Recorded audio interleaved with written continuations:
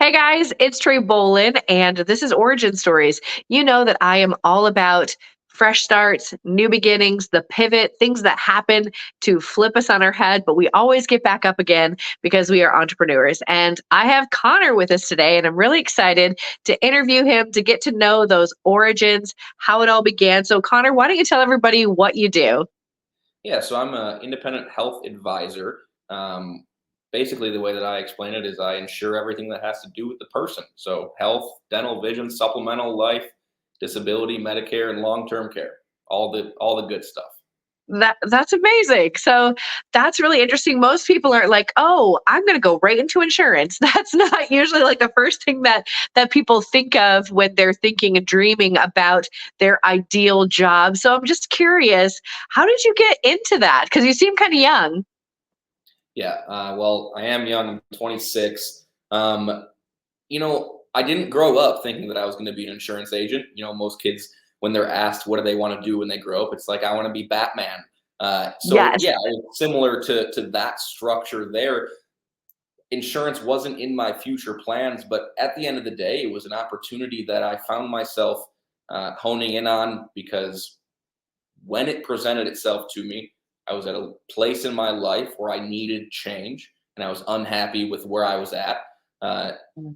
so exploring that opportunity and hearing out, what this was going to be, it seemed beneficial at the time, and it's something that I wanted to try out. But now we're 5 years in, and it's no longer a trial; it's a career. That's amazing. Isn't it interesting how like low points in our life can like be that ultimate like pivot into something new? Oh yes, that's a great way to put it. Honestly, it low points shape the outcome of the future. Exactly. And it's all what we do with that low period, that hard time, that defining moment. So, as you had that pivot, that redirection, were there things that helped you along the way? Did you have a mentor? Like, what kind of helped make that transition smooth? Yeah, well, first and foremost, the transition was smooth because the reason I chose the insurance industry still had a reflection on my overall why, right? Why I do what Mm, I do. Uh, so originally, I was in hospitality. That's what my degree is, hotel and restaurant management. And I hated the on the day job, right? mm, But something always continued to bring me back, and I couldn't figure out what that was. But ultimately, right, talking about the low points, I had to do some soul searching and figure out what's my why. And mm. the why boiled down to I love to help. So hospitality originally gave me that original outlet, right? I was a banquet manager. I worked weddings. So when the bride and groom would come up to me and say, "Connor, you made our night extremely special," or this was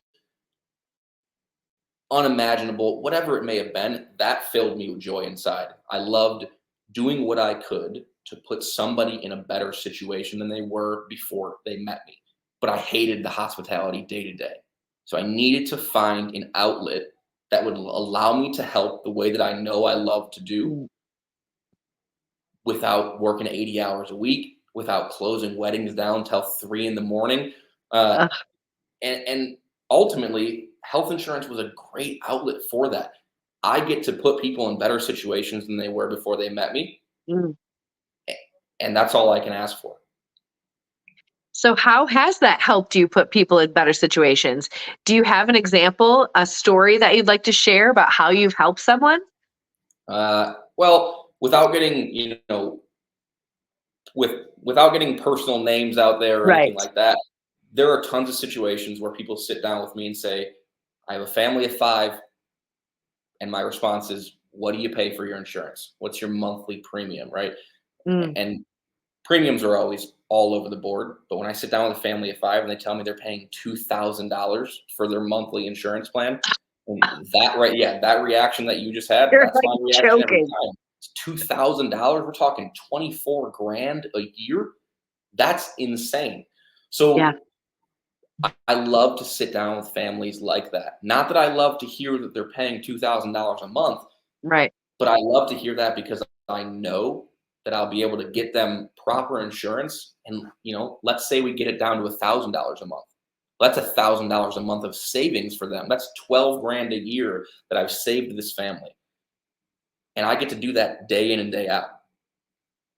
And that's a huge impact that you're making. That's not a small thing. That's a life-changing amount of money that you're able to save people. I can see why you switched from hospitality to insurance. That connection wasn't really clear in the beginning. I was like, where is this crossover? But you're right, it is all about helping people, you Yeah. know? As long as And I can help, that's all that matters to me. exactly. And I feel like so many of us as entrepreneurs, that's why we start our journey because we want to help people, right? So, did you ever think that you were going to become an entrepreneur? I mean, when you're in the hospitality realm, you're usually working under or for someone else. What's the difference then? Well, I mean, I grew up with an entrepreneurial background. My father's a financial advisor.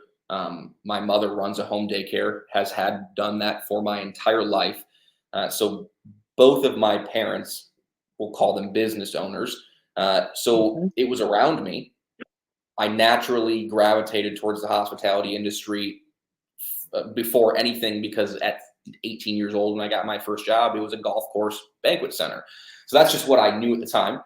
But I always had that entrepreneurial mindset, raising me. Mhm. But I don't think that I could ever say that that's what my main goal was. It's not like as I was getting older, it's like I need to be a business owner. I need to do this. I need to do that. I kind of was just letting life take take me wherever it needed to. It wasn't until I got to about, I don't know, we'll call it 20, 21 years old, around that age, where I was like, I'm kind of getting tired for working for someone else.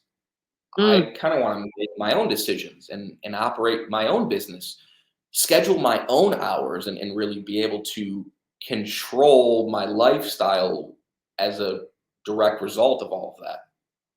Mhm, mhm. Do you think that the entrepreneur spirit is more prevalent in your generation? I mean, you and I, we're not in the same generation. I am curious, do you think this is something that is snowballing? Yes, I do. I think that, to be honest with you, although I don't typically enjoy social media has been a great outlet for entrepreneurs in general to find success and get off the ground running easier than it was before. I mean, just for influencers, that's a career that didn't even exist 15 years ago, right? But now you have thousands of people making good money based on entertainment and realistically doing what we're doing right now, just talking about their lives. People Yeah. love to listen. And when you find a group of people that can connect to your story, I mean, it just your following just continues to grow. Of course. And, that's what I love helping people do is share their content, help them grow on social media. And I think that is something that I never would have thought of when I was graduating high school. That thing didn't Right. exist. When I was graduating college, still didn't exist. And slowly it has emerged. So, of course, the entrepreneur spirit, I feel like, has grown alongside it. And Completely I agree. think I think it's going to be compounding.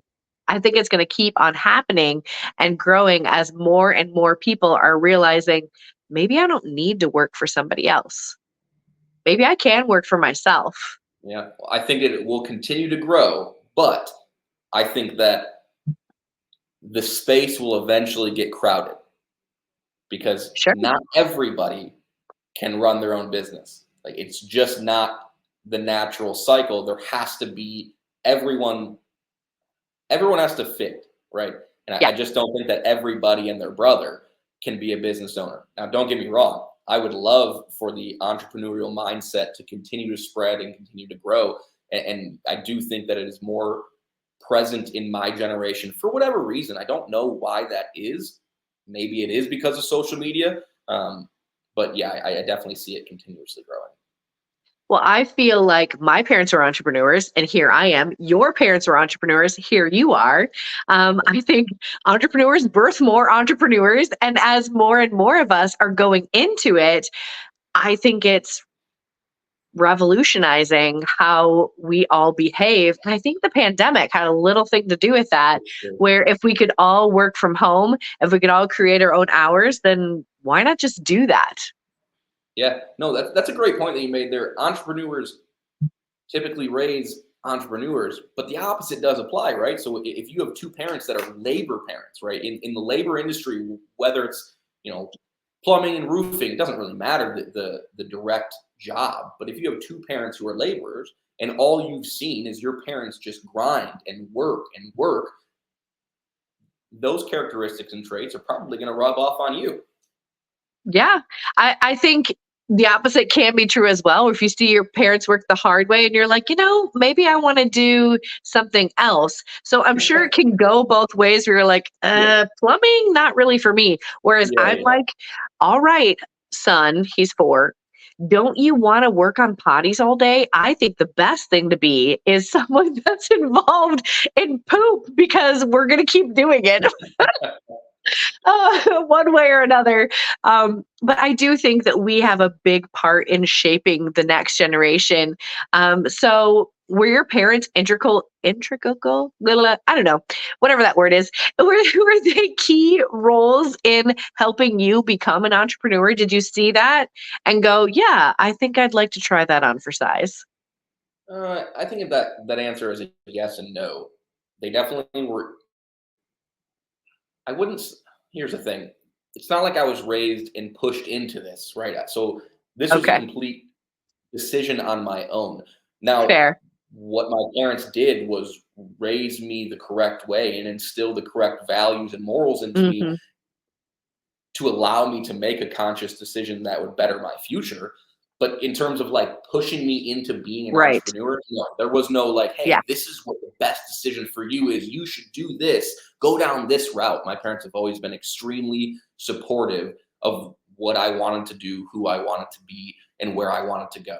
Right. So whether it was health insurance or hospitality or plumbing, I don't think it would have mattered what my decision was. They would have been supportive no matter what. So they never really funneled me into, hey, this is the best choice for you. I mean, I had the ability to shadow my father. I interned at his firm. I got to see what he did day to day, and it wasn't for me. I was there for a year and a half, and I ultimately my original degree was finance. I switched majors in college, so I had the opportunity to try and do what he does.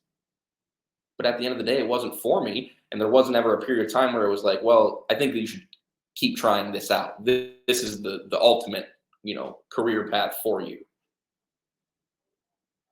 Yeah, and I think that's good to think about, as a parent. And maybe one day you'll be a parent thinking about, like, we can't shove this on our kids, but I think offering that great viewpoint of this could be for you, this could be an option.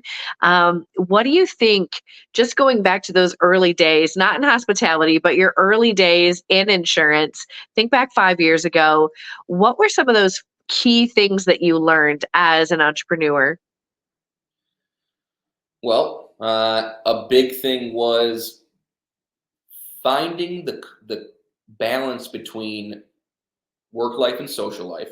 As an Mm. entrepreneur, who you don't have a boss, you don't have somebody giving you your schedule. I think a big obstacle that I had to overcome was being my own boss, making my own Oh, hours, yeah.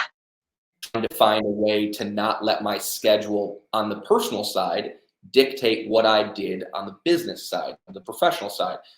Because at the end of the day, no one was getting up in the morning and saying, hey, you need to go do this, right? There was no checklist that someone was sending me like, this needs to be done today. It was completely on me. So if I didn't get up and I didn't make my calls, those calls weren't being made, right? So there was a learning curve there coming from a traditional work environment where you clock in, you do what you're told, you clock out, and then you do the same thing the next day. There was definitely a learning curve involved with finding the additional motivation to get up and say, if this doesn't get done by me today, this is not getting done at all. There is nobody else that's going to get it done for me. So I just need to go and do it. So that was really a transition, first starting off, coming from a corporate America job, going into being an entrepreneur. That's honestly something that I think is a killer for a lot of people because they don't know what it truly takes to be self-motivated, and they get into a position of being an entrepreneur, being their own boss, and they're not disciplined enough to self-motivate, and then the work doesn't get done. And if the work doesn't get done, the growth doesn't happen, and then your business begins to fail. Exactly, exactly. And that is the hardest part about being an entrepreneur, right? It's that you are everything. You're all the things. You're the person who's the get up and go. You're the one making the SOP. You're the one saying you've got to get this done. And you're the one doing the thing that has to get done too. Yeah. We wear so many hats. And the last thing you said was like, we were talking a little bit about failure. So how do you approach failure? Well, I mean, failure in general is natural, right?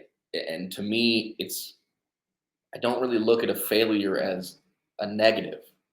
It's Mm, always a learning experience in my eyes. If you try something and it doesn't work out, you haven't lost anything. You've only mm. gained the understanding of either one, how to do it differently, or the understanding of, okay, that's not, for me, right? That's not really the best way to put it, I guess. But to me, failure is just another stepping stone to get you closer to success. And, people can look at failure however they want, typically viewed as a negative aspect of anything, but there's always going to be failures. And if you let that failure become a barrier to success, well, then you're ultimately just not going to succeed. You're so right because failure really is inevitable. It's going to happen. And sometimes it happens in the beginning or the middle, the end, or every other day. I Right. think if we categorize things and we're like, okay, if it doesn't work out, then it's a failure. But maybe if it doesn't work out, it wasn't supposed to work out, or maybe it's just the wrong time, or maybe it's the wrong person. Maybe it's not a failure. Maybe, like you just said, it's a way to learn something new about the problem or the situation or the person. Right. Figuring out why that failure happened and ultimately learning from it, that's going to be the most beneficial situation to handle a failure. I mean, at least to me. I think so, because then we're allowing ourselves to fail forward and to learn from that. And I've been wondering, is this just something that entrepreneurs do? It do people that aren't I've been one for so long. I'm like, do other people do this too? Where they look at their failures as a stepping stone to the next level? I don't know. That's a great consideration point. And although I don't know as an answer, I would have to second that I don't know because I really don't. Well, and then I was thinking too, like, what would be good advice that you would give someone who maybe has been confronted with a failure or with a situation that's been really hard as an entrepreneur? What would be some advice that you'd give to them?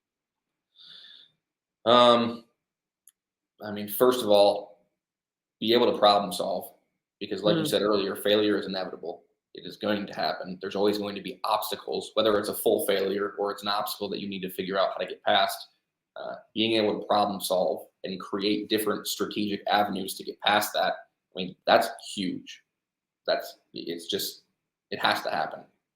yeah. Going back to something we've already talked about in terms of self motivation or self discipline, if you're someone who's looking to be an entrepreneur and you don't really know what it's going to entail or what you need to bring to the table, that is something that I think is absolutely key that needs to be honed in on because I have seen so many hardworking people fail at being an entrepreneur because they don't have self discipline.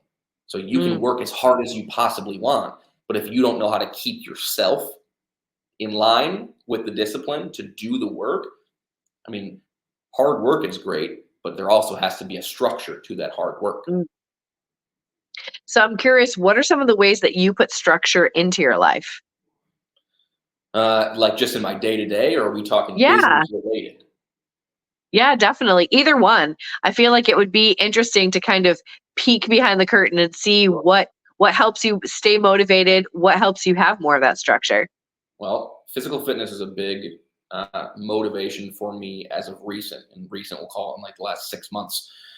That physical fitness took a sidestep in my life for a long time, and ultimately I found that when I wasn't going to the gym and eating right, my motivation lacked, my willpower lacked, my discipline lacked, uh, my pretty much everything in my life got a little bit lower and a little bit lesser when I wasn't focusing on my physical health, right? Whether it's going to the gym and doing some exercise, not eating the normal garbage that you want to eat, right? It's 9:30 and you're on your way home from a late day. Let me just stop at Taco Bell. Like that's just the easiest choice, right? Ugh. But I have ground turkey at the house in the fridge that I can cook and make the same taco for way cheaper, and it's way better for you. I So would definitely say it's probably not the same taco. no, Like you not the just same said, taco. way better for you, probably tastes better. Sorry, Same Taco Bell. same concept, right? Right. Uh, but yeah, I mean, a big part of my routine is making sure that I'm focusing on my physical fitness. So if I have an early morning, let's call it 6 a.m., I'm not going to wake up at 4:30 in the morning and go to the gym. That's just not me. Not going to do it. Right. So I'm going to work from 6 to noon and then Mhm. hit the gym from 12 to 1:30. I'll make sure that I can fit that in the middle of my day because although I'm not a morning person to wake up and go to the gym, I'm also not a go to the gym at 9 p.m. kind of guy. It's either 9 a.m. to start my day or 1 p.m. in the middle of my day to kind of transition my morning to night, get me a Mhm. little bit of energy boost. But additionally, in my day to day, if I'm not focusing on my physical fitness, really all I do is work until the work is done and then relax. Relaxing for me is sports. I love everything that has to do with sports, watching, playing, looking at statistics. I'm a big nerd when it comes to stats. Like, I mean, I'm on ESPN looking at basketball games that I haven't even watched just so I can see who put up how many points and how many rebounds these guys get. And it's just something that I don't know. I really enjoy. So call me a nerd when it comes to statistics. I'll take it, but I do love it. I think it's good to hear that having having physical exercise is paying off in the work aspect of your life. Oh, Like that's what 100%. I've found too, is that when I started making some shifts and some changes in the way that I was eating and the way that I was treating my body, my my mind was better. My emotional health was better. My outlook was better. My relationships were better. And I think it's so fascinating because we downplay that, society, America, we're not doing really well with our physical health. And then we're wondering why we're depressed. We're wondering why we don't feel well. We're Yeah, wondering why all these yeah. problems. And when it could be as simple as go outside, breathe some air that's not being pumped in at you, enjoy what God created and be in it and move your body that you were given. Troy, you hit the nail on the head right there. And to be honest with you, it's amazing uh, how people have a lack of understanding at this point as to how all of those things are intertwined. Like I said, going back with the physical fitness, it's only really been 6 months or so of a big focus of mine. But in that last 6 months, what I've really, really focused on is growth and growth in all aspects of my life: physical, mental, emotional, and spiritual. All four of those things to me are intertwined, and you have to Mhm. grow in all of those aspects. You can't let one fall behind.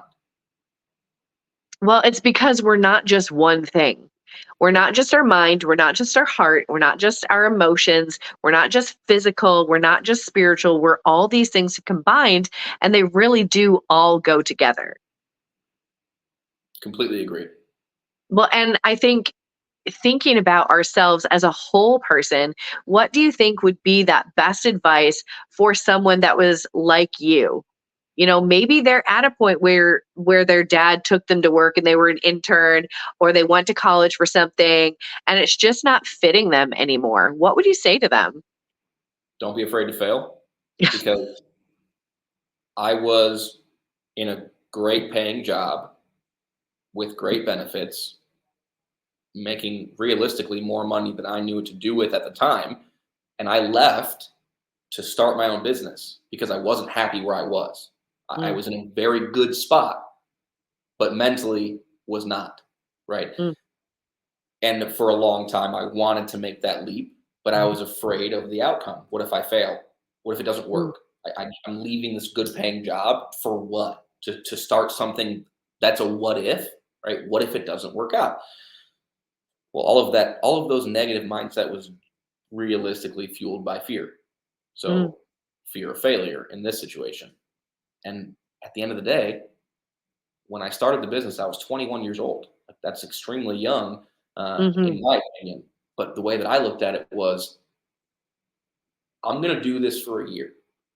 And if it doesn't mhm. work out, then what have I lost? Well, I've lost 1 year of my life, and that's it. Now we go back at 22 and we try something new, whether it's go back into the hospitality industry or whatnot. But that's the way that I looked at it.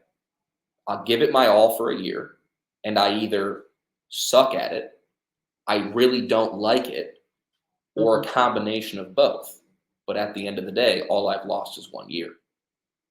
And Yeah, here we are 5 years later, and I love what I right. do. Exactly. And I wonder what the world would be like if more people just had the courage to say, "Hey, I'm just going to try it. I'm just going to give it a go," like you just said, for a year. Because what is that? So we've only lost a year of time? Right. It's 1 year. In the grand scheme of your entire life, it's 1 year. That's it. Yeah. And look what happened. You have a completely different life. And it sounds like you've putting more of those puzzle pieces together, that you are a multifaceted person, that it's more than just the work. Like there's heart, there's emotion, there's mental, there's that physical, and like you were saying, spiritual too, that we are a whole person. It seems like your shift into entrepreneurship has been more than just helping you with your business and helping you make money, but it's improved you as an entire person. Oh, 100%. That is exactly it right there. I learned so much about myself uh, through this journey. It's unbelievable, actually. But everyone has to go through a self-reflection period, right? Mm, I talked earlier about self-motivation. That was a huge obstacle that I had to start. And I had to go through some self-reflection and figure out what I needed in my life to give me that self-motivation, because it wasn't just wake up and do this, right? That's just not what it was. And I wasn't motivated by money. I didn't really care about money. I still really don't care about money. That is not what motivates me. What motivates me now is because I found my why, and the why keeps me going. And I wouldn't have found that why if I wasn't able to self-reflect and understand, hey, ultimately what I want to do in this life is help put someone in a better situation than they were before they met me. That's all I want to do. So where can I do that? that's amazing. I love that. My why keeps me going. And I love this conversation. This was amazing. I'm so encouraged. And I know that everybody listening is too. So, how can we get connected with you? Like, what's the best way to get connected with Connor? Well, I'm super active on Facebook. So, I mean, Conner Messina is my first and last name. I have a personal page, and then Conner Messina dash Health Markets, which is my business. That's my professional page. So you can find me both of those avenues. I'm very accessible via phone and email. I don't know if you want me to drop my contact information here. Yeah, we'll share that. We'll share that in the description. And what would be a reason that people would want to get connected with you? What do you help people with ultimately? Well, on the business side, I insure everything that has to do with the person. So, like I said earlier, health, life, dental, vision, supplemental, Medicare, long term care, and disability. Uh, Additionally, even if you're someone who already is insured or has a different agent, another benefit that I provide is just going over your current benefits. So you can walk out of the situation with two answers. The first answer is either you're in the best possible situation for you right now, and that's peace of mind, or two, here's an option that's better. This is how I can help. That's amazing. Thank you so much. I know you've added so much value to the viewers today, and thank you again for your time. It was great connecting with you. Thank you for having me. I really appreciate it. It was a great opportunity, and I love doing stuff like this.